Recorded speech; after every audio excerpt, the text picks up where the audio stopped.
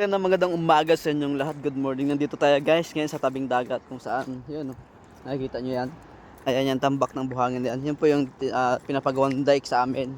Ayan, grabe oh. Kinalkal na naman ng tubig.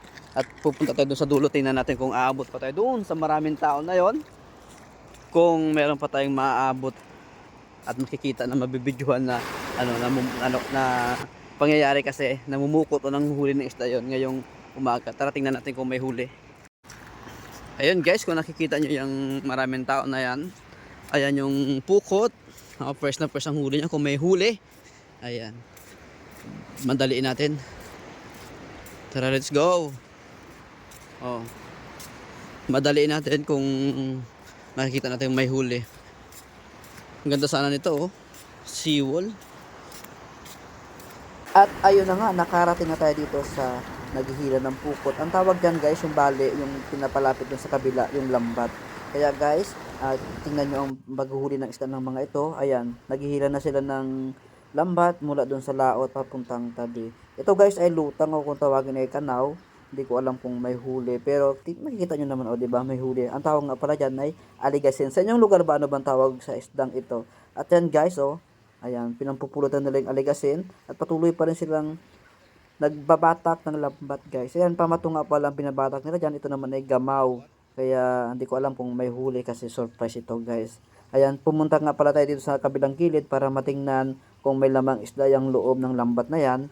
At the same time, mapakita na natin sa inyo kung anong isda ang mahuhuli ngayong araw ng pangingisda nito. Ayan, kila Chamabe o kila Ruwen nga pala ang pukot nito. At grabe, napakalamba o napakalalim ng lambat na ito. At nagtaka nga ako kanina kung bakit malalim. Pwede na itong gawing bakulong. O nga daw sabi sa akin ng Chuwek, pwede ng pangkulong o bakulong kung tawagin sa amin. Guys, ayan, inalay nila yung lambat kasi nga kumakabkab o kinakain ng lambat ang buhangin para hindi ito matigas hatakin ang lambat. Kasi kung halimbawa matigas hatakin ang lambat at di nila inalay yung lambat nung kabkab nito ay maaring masira yung lambat guys. Ganyan po ang buhay pamumukot o panghuli ng isda sa amin. Guys, ito ay sobrang aga pa nito. Nagpasyal ako at sabi nga sa akin ay yun nga daw nakahulog ng lutang sila Churuwen, kaso ayan, binabatak pa ngayon guys. Ganito rin ako nung bata ako bago pumasok sa eskwelahan, naghihilad ako ng pukot para may pang-ulam sa umaga. Kaya dati nahuli namin dito guys yung hasa-asa o lumahan kung tawagin sa amin sa gantong oras. Napakarami pang isda dito guys nung ako'y bata pa. Maghihila ka na ng pukot o maghihila ka lang, tumulong ka lang sa paghihila ng lambat, ay maaari ka na makakuha o kaparte ng isdang pwede nyo ipang ulam, pwede nyo iprito o isabaw o isain. Yun na naman po yung luto dito sa amin guys, na laging putahe o luto. Ayan guys, malapit ng makita natin kung ano yung huli. Ayan, ito nga pala si paring RJ at si paring Makmak, yung nag-aalala doon sa lambat patabi kasi nga ayun, baka may huling isda. Tingnan natin guys, oh.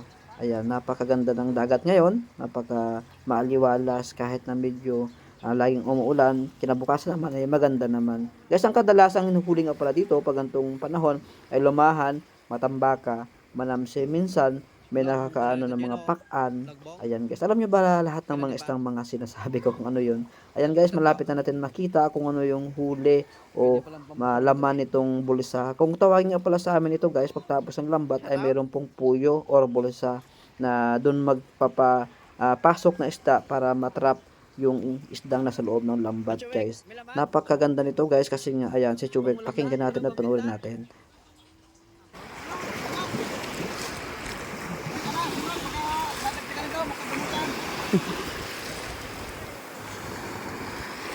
Oh, may nag-ano oh. Oo nga oh, meron din oh. Meron din kita paano? Maliliit, manamsi. Manamsi, maliliit. Kares-kares? Oo. Bawal hindi baka kayo mahuli. Oo, baka mahuli. Kailangan palampasin mo na yan.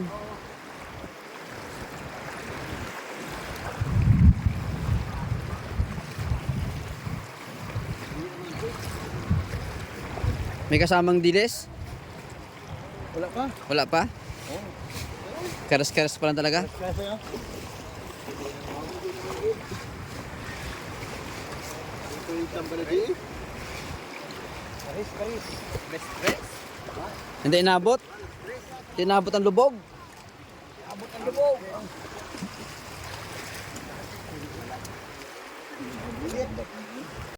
Ayan, walang huli. Walang huli no? Kasi ano, hindi daw inabot ang lubog. Ayan guys, walang huli kasi nga daw hindi inabot ang lubog o yung lutang ay hindi inabot ng lambat sa paghulog nito guys. Kasi minsan talaga guys, ganyan yung nangyayari sa mga mangingisda. Minsan ang hirap maghila, bumatat ng lambat, pero minsan walang huli. At tinuro nga pala ni Chubek yung huli nila kay ng maga. Ito yung huli nila kay ng maga, matambaka at lumahan. Gusto ko sanang magbili guys, kaso ay kulang pa siguro sa mga tauhan ito, kaya siguro pang ulam na lang nila Chubek ito. Marami din naman kasama. Hanggang dito na lang guys ang aking pagbablog. Guys, yan bali, tapos ng maghulog. Ang problema ay walang huli. Kaya sayang, kasi nagkikwento sa akin si Chubek, dati daw, nung nakarang buwan, marami daw silang huli. So guys, for today's video, good morning, magandang umaga. Please like and share ng aking mga video. No? Ito yung panghuli ng pupot. Panghuli ng isda, kung tawagin sa amin ay pupot.